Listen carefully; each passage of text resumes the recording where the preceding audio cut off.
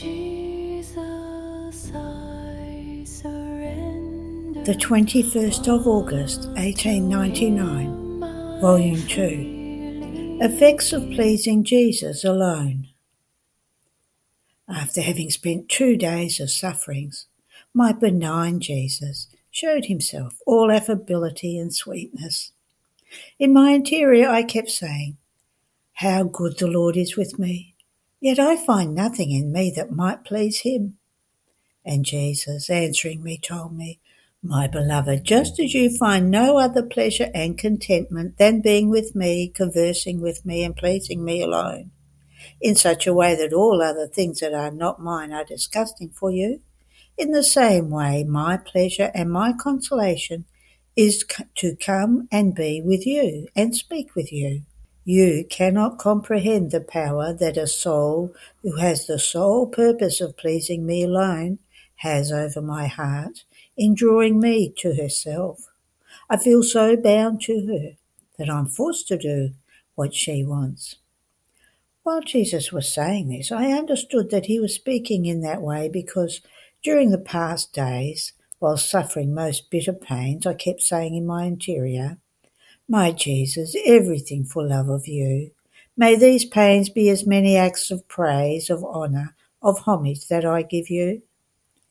May these pains be as many voices that glorify you, and as many proofs that tell you that I love you." End of the reading. 21st of August, 1901, Volume 4. The Celestial Mama teaches the secret of true happiness. As I was in my usual state, I found myself outside of myself.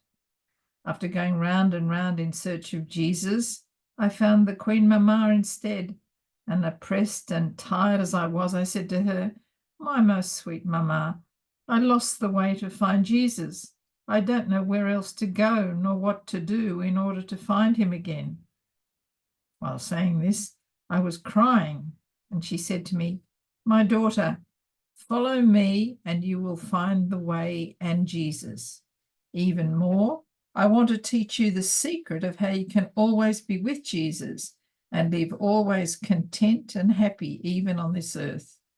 Fix in your interior that there is only Jesus and you in the world and no one else, and that him alone must you please, satisfy, and love. And from him alone must you expect to be loved in return and contented in everything. If you are in this way with Jesus, you will no longer be affected, whether you are surrounded by scorns or praises, by relatives or strangers, by friends or enemies. Jesus alone will be all your contentment, and Jesus alone will be enough for you in place of all. My daughter, until everything that exists down here disappears completely in the soul, one cannot find true and perpetual contentment. Now, while she was saying this, Jesus came into our midst as though from within a flash. I took him and brought him with me, and I found myself inside myself. End of the reading. The 21st of August, 1927, Volume 22. How Jesus Wants to End It with the World. The power of what is done in the divine will in order to placate divine justice. As I was in my usual state, my adorable Jesus came all in a hurry, and throwing his arms around my neck, he clasped me so very tightly, telling me, "My daughter, I end it with the world. I can take no more. The offences, the pains they give me are too many. Therefore it is necessary that I destroy them."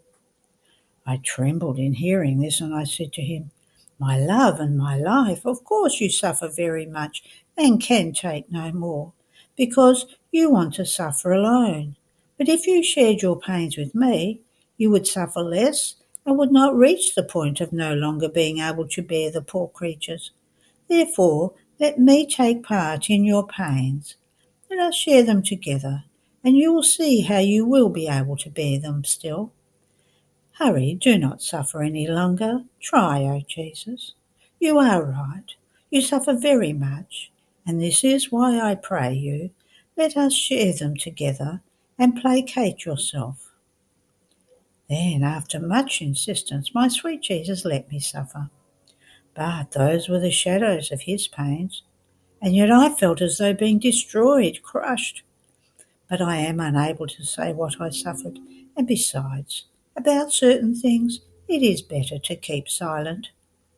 Then, as though tired of his long suffering, Jesus hid within me in order to find some relief, and I felt myself being invested completely by Jesus.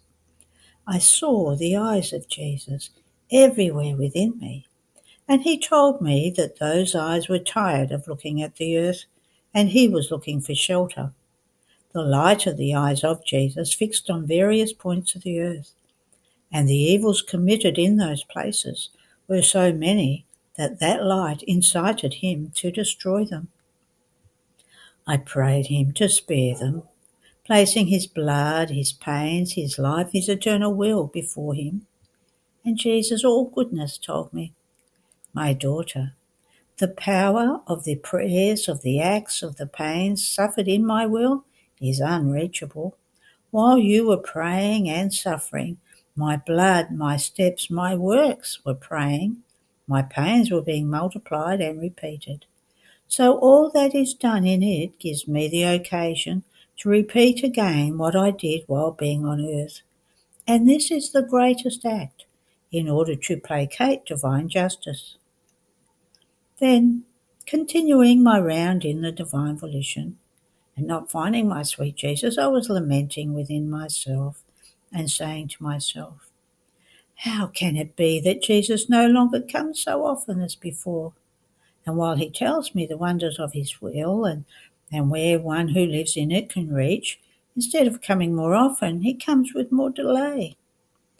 Now, while I was thinking of this, my beloved Jesus moved in my interior and told me, my daughter, my humanity hides within you, and I give place and large field to my divine will to let it operate freely and to let it form its kingdom. There was once the free time in which my humanity had its field of action in you, and therefore it was always with you and by you, and my divine will let me do it, so that I might prepare you to receive the field of action made more extensive by the endless fiat. And so I must let it do it, more so since it does not prevent me from remaining with you, because we are inseparable. And while being with you, I delight in binding your soul like a tiny little bird with the thread of light of my will, and I make you fly in the immensity of it, flinging you into its innumerable acts, keeping in my hands a thread that holds you bound, and you, wandering away within its acts, lose sight of me, while I am waiting for you to follow all the acts of my divine will, to then pull the thread behind you. Before you would not follow all of its acts, you would follow the small circle of the acts of my humanity, which is small in comparison to the acts of my divine volition. And this is why each act and pain of yours would make you encounter your Jesus, and I was all intent on making you copy my humanity. Therefore it was necessary that I keep the brush in my hand in order to form my image in you, to dispose the canvas of your soul to receive the vivid colours dipped in the light of my divine fiat. What was necessary before is not necessary now. However, this does not mean that I am not with you. We live together within the eclipse formed by the light of an eternal will, and its light is so great as to eclipse us and make us lose each other. But if the light is dimmed, I can see you and you can see me, and we find each other as if we had never been separated. End of the reading. The 21st of August, 1932, Volume 31. Desire and need of Jesus, that he hear the I love you of the creature. How his love remains bankrupt. Love, the blood of the soul. Anemia that exists in the world. I was going around in the acts of the divine will, and oh, how I would want to give the exchange of my acts with its acts. And being too little and incapable of being able to do equivalent acts, in order to exchange its acts, I put forth my little I love you, because even though it is little, Jesus wants it. He awaits it, in order to tell me, the newborn of my will has put our acts in hers, so they are no longer alone, but have the company of her for whose sake they were created. And this was and is our will, to give the field of action to the creature in the same acts, in order to be able to say to her, we love and operate in one single field. But I thought to myself, what great thing is this little I love you of mine that Jesus wants and loves so much? And my beloved Jesus, all goodness, told me, little daughter of my volition, you must know that I love you, and I'm always in the act of waiting for it. I love you always, nor do I cease loving you. And if you stop loving me, I feel that I give you my continuous love, and you do not give it to me, and my love feels as though robbed by you. On the contrary, when my I love you runs and finds yours prompt to give to me and to receive my I love you, mine feels repaid. And it happens that your I love you gives mine no time, nor does mine give yours any time. A race, a contest of love occurs between creator and creature. More so when I see that you are about to tell me I love you, my will invests your I love you to make it from little great, and I find my love in yours. How could I not love and want it? Daughter, they are my usual stratagems, my industries, because I give in order to receive. This is my commerce. I love, I give love in order to receive love. And when I am not loved, my commerce is bankrupt. And since my passion is love, I neither tire nor do I draw back. I begin all over. I repeat the industries. I abound with stratagems and with tenderness in order to redo my bankrupt love in the creature. Oh, if you knew how wounded and sorrowful my heart is when I say I love you, and she does not hear my call that I make her in order to have hers. In addition to this, you must know that love is the blood of the soul, and my will the life. And just as in the natural order life cannot function without blood, and blood cannot circulate if there isn't a life, and according to the abundance of my blood, so one enjoys health, the same in the supernatural order. The soul and my divine will cannot function without the blood of love. However more love there is, so much more will the soul feel strong, robust, and active in operating. Otherwise she will suffer anemia and end in consumption. So when there is not enough blood of love, my very will, for however much it is life, becomes sick and inoperative in the soul, because she lacks the blood of love in order to function. All virtues are made anemic, and patience, strength, sanctity, all these virtues are seen faded, changed into defects. Therefore there is much anemia in the world, because it lacks the pure blood of my love, and accordingly they go toward a terrible consumption that brings them to ruin in the soul and in the body. This is why I love you so much, and I want it in all my acts, in all created things, and in every act of the creature, in order to be able to form much blood as antidote and remedy to the anemia that exists. And this will be preparatory to the kingdom of my will. Therefore I feel the need of your love. It is true that it is little, but I do not look at whether it is little or great. Rather, I look at whether it was done in the power of my will, which makes the littlest acts great for me, and invests them with such beauty as to enrapture me. Therefore, it is enough for you to know that I want it It pleases me and makes me content for you to do it, whether I see it as being little or great. And this I love you of yours, I want in the heartbeat of your heart, in the air that you breathe, in the heavens, in the sun, in everything. Oh, I would want to see that your I love you invests heaven and earth, creatures and creator. End of the reading. The 21st of August 1938, volume 36, difference between the life that Jesus forms in the sacramental hosts and the life Jesus forms in the one who lives in his will. I was always going along the way of the divine will. And feeling worried, I said to myself, how can it be that so many divine lives can be formed in us for as many acts that we do in it? And my always adorable Jesus, in order to let me understand better, told me, my daughter, everything is easy to us because when we find one who gives her human will to live in ours, we delight to form, even in the motion, in the breathing, in the step, new lives that move, breathe and speak. The human will gives us many veils in which we form many of our lives. This is the ultimate expression of our love, and we like it so much that, provided that the human will gives us its little veil, we populate all its acts with the variety of our divine lives. And then my Eucharistic life proves and confirms what I'm telling you.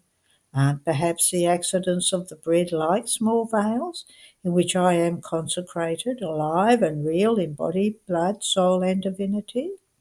If there are 1,000 hosts, I form my life in each one of them. If there's one host only, I form one life. But what does the host give to me? Nothing. Not one I love you, not a breath, not a heartbeat, not a single step to accompany. I am lonely, and many times this loneliness oppresses me, embitters me, and I burst into tears. How heavy it is for me, not having one to whom I can say a word. I am in the nightmare of a deep silence. What can the host give to me? The hiding place in which to hide myself.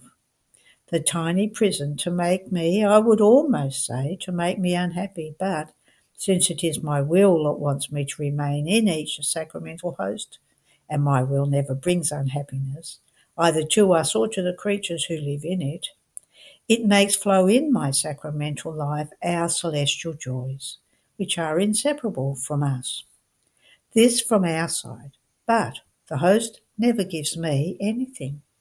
It doesn't defend me. It doesn't love me.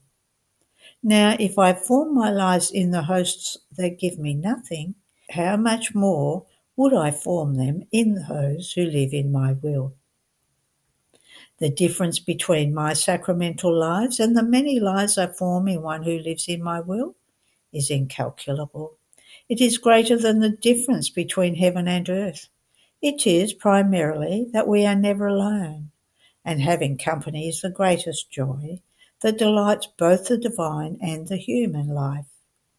Now you must know that as I form my life in the thought of the creature who lives in my will, I feel the company of the human intelligence which courts me and loves me. It comprehends me, placing its memory, intellect and will in my power. Since these three powers were created in our image, I feel our eternal memory that forgets nothing given to us for company. I feel the company of my wisdom that understands me, and also the company of the human will fused with mine, loving me with my eternal love. How could I not multiply for each of her thoughts as many of our lives? When we find her understanding and loving us more, we can say that we find our reward, since the more lives we form, the more we let ourselves be understood. We redouble our love and she loves us more. If we form our life in her word, we find company in her word, and since our fiat is her own, we also find all the prodigies it operated when our fiat was pronounced. If we form our life in her breath, we find her breath that breathes together with ours and keeps company with our omnipotent breath, which in creating her gave her life. If we form our life in her motion, we find her hands that hug us, squeeze us tightly, and don't want to leave us ever again. If we form it in her steps, they follow us everywhere. What beautiful company is one who lives in our will. There is no danger that she may leave us alone. We are mutually inseparable. Therefore, living in our will is the prodigy of prodigies, in which we show off our many different lives. So we let her know who we are, what we can do, and we put the creature in order with us as we created her. You must know that these, our divine lives, bring with them seeds of light and love, seeds of wisdom, beauty and goodness that invest the creature, letting her possess ever-increasing light, never-ceasing love, understanding wisdom, ever-growing beauty. This is why we love so much that the creature live in our will, because we want to give. We want her to understand us. We want to crowd all the human acts with our divine lives. We don't want to be constrained, repressed in our divine circle. We have the power to give, but cannot. How painful this is. And until the creatures live in our will, they will always be the little ignorant of our Supreme Being, incapable of learning even the vows of how much we love them and of how much we can give to them. They will always be our children, dissimilar from us, who perhaps do not even know us, degenerate of their father. End of the reading. There are no more readings today. Have a blessed day.